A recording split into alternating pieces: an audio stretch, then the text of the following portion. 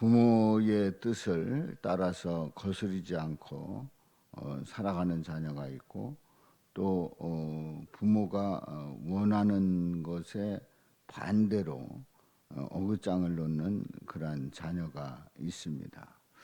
물론 이제 그 부모가 어떤 뜻을 품느냐가 굉장히 중요한데요. 성경은 부모를 통해서도 하나님의 뜻을 전할 때가 있습니다. 그래서 성경 말씀에 보면은 자녀를 낳았고 그 자녀를 키울 때에 그 자녀를 키우는 부모는 부모 마음대로가 아니라 하나님의 뜻대로 하나님의 뜻을 전하는 그런 그 부모의 역할을 해야 된다는 것을 성경을 통해서 깨닫게 됩니다. 그래서 내 부모를 공경하라고 인간 관계 속에서의 계명의 첫 계명인 것을 보게 되지요. 그래서 성경은 부모에 대해서 부모의 뜻에 대해서 거역하라고 하는 거 아닌 것을 이제 보게 되는데요. 부모님을 주 안에서 순종해야 되지요. 아버지 이삭에 대해서 이제 야곱과 에서가 태도가 전혀 다릅니다. 아주 상반된 태도를 보게 되는데요. 아버지가 야곱을 축복한 이후로 에서가 야곱을 미워하게 됩니다. 그리고 죽이려고 하지요. 근데 그 과정 속에서 보게 되면 우리는 이제 어제 말씀을 통해서 함께 은혜를 나눴습니다마는 아니 하나님께서 왜 이 위장을 했던 거짓말을 했던 이 야곱을 축복하게 하시고 그 축복을 돌이키지 아니하고 그냥 다시 번복하지 아니하고 그대로 인정을 했는가? 왜 이삭은 속았다는 사실을 알면서도 그대로 인정을 했는가? 거기에 대해서는 하나님의 주권적인 그 역사라고 하는 것을 제가 말씀을 드렸습니다마는 이제 오늘 말씀을 통해서 보게 되면 중심을 다 하시는 하나님께서 에서가 어떤 사람인가 하는 것을 이제 보여주고 있어요. 자, 1절에 보면은 이삭이 야곱을 불러서 그에게 축복하고 당부합니다. 너는 가나안 사람의 딸들 중에서 아내를 맞이하지 말라. 가나안 사람의 딸들 중에서 아내를 맞이하지 말라. 이렇게 축복의 내용이 그겁니다. 그러니까 곁길로 나가지 말아라 하는 얘기예요. 그리고 내가 아버지로서 이제 당부하는데 가나안 사람의 딸들과 아내로 맞이할 때는 이게 하나님의 뜻이 아니다. 하나님께서 원하시는 것이 아니다 하는 것을 알려주는 거지요.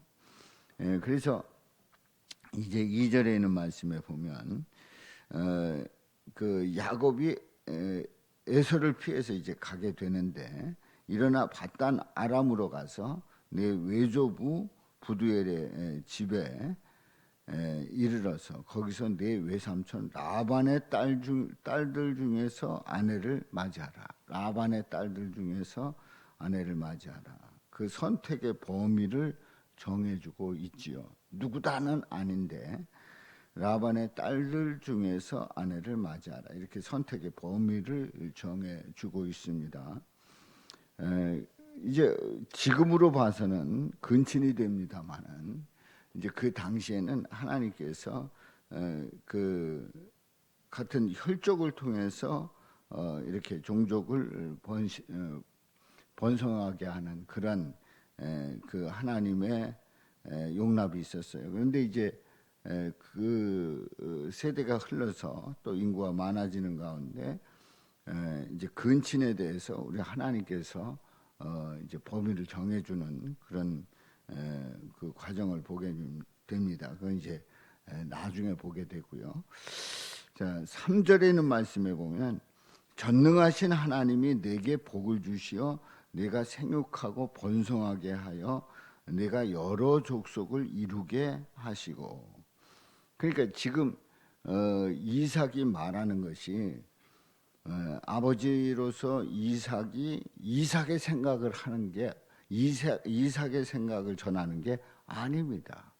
하나님께서 계획하는 일들에 대해서 하나님의 뜻을 전하고 있는 거예요. 그러니까 우리는 그 이삭의 말에 대해서 이삭의 생각이다. 이삭이라는 아버지의 생각이다가 아니라 전능하신 하나님이 내게 복을 주시어 내가 생육하고 번성하여 내가 여러 족속을 이루게 하시고 하나님이 주시는 복을 전해주고 있는 거예요. 앞서에서도 보았습니다마는 생육하고 번성하는, 그러니까 생육하고 번성하는 것이 하나님의 뜻이고 하나님께서는 이것을 기뻐하신 것을 보게 되지요. 4절에 보면 아브라함에게 허락하신 복을 내게 주시되 너와 함께 네 자손에게도 주사. 그러니까 야곱뿐만 아니라 야곱과 함께 그 자손에게도 주사 하나님이 아브라함에게 주신 땅, 곧 네가 거류하는 땅을 네가 차지하게 하시기를 원하노라. 아버지, 그러니까 이삭의 아버지 야곱의 할아버지에게 허락하신 그 복을 아버지 이삭이 야곱에게 전해주고 있습니다. 그렇습니다. 우리 하나님은 아브라함의 하나님, 이삭의 하나님, 야곱의 하나님이라고 고백하지요. 그래서 이삭이 아브라함이 받았던 그 복을 그 아들 이삭이 야곱에게 이제 임하기를 축복하고 있습니다.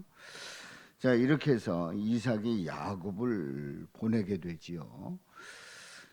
자, 그런데 이 상황에 대해서 이런 그 말을 옆에서 들었던 이 에서가 이제 어떤 마음을 품는가를 봅니다. 물론 이 에서의 마음은 화도 났고 또 승질도 나고 그리고 또 뭔가 그 어긋장 놓고자 하는 그런 마음이 생겼을 수 있어요.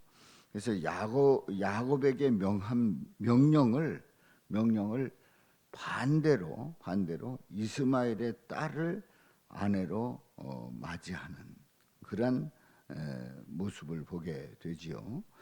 그러니까 가나안 사람의 딸들 중에서 아내를 맞이하지 말아라. 그랬더니 에서는 야곱에게 명한 그 명령을 딱 듣고 어떻게 하면 아버지 마음을 속상하게 할까? 어떻게 하면 아버지를 거역할까? 이제 그게 가나안의 딸들하고 결혼하는 거예요. 그래서 이스마엘의 딸을 아내로 맞이합니다. 아버지 이삭을 거역하는 에서의 모습을 보게 되지요. 지금 우리는 이삭이 야곱에게 명령한 그 명령은 그 아버지의 명령이 아니고 결국 하나님의 명령이다. 하나님의 뜻이다 하는 것을 보았지요. 그러면 이 에서가 아버지가 마음에 안 들어가지고 거스르고 있는데 이 거역하는 이 에서는 아버지를 거역하는 게 아니라 결국은 전능하신 하나님의 뜻을 거역하고 있다고 하는 사실입니다. 전능하신 하나님이 주시는 복을 이제 거스리고 거역하는 그런 아주 의도적인, 그래서 어떻게든지 아버지를 속삭이려고 하는 그런 그 에서의 어리석은 모습을 보게 되지요. 자, 우리는 아버지 이삭을 거역하는 아들에게서 하나님을 거역하는 인간의 모습을 보게 됩니다. 하나님을 대적하는 거지요. 원하는 그러한 일들에 반대의 일을 함으로써 마음을 긁어놓게 되고, 하나님은 이삭이 축복할 때 에서가 아니라 야곱을 축복하게 하신 그 이유가 있다는 것을 이것을 통해서도 이 상황을 통해서도 보게 됩니다.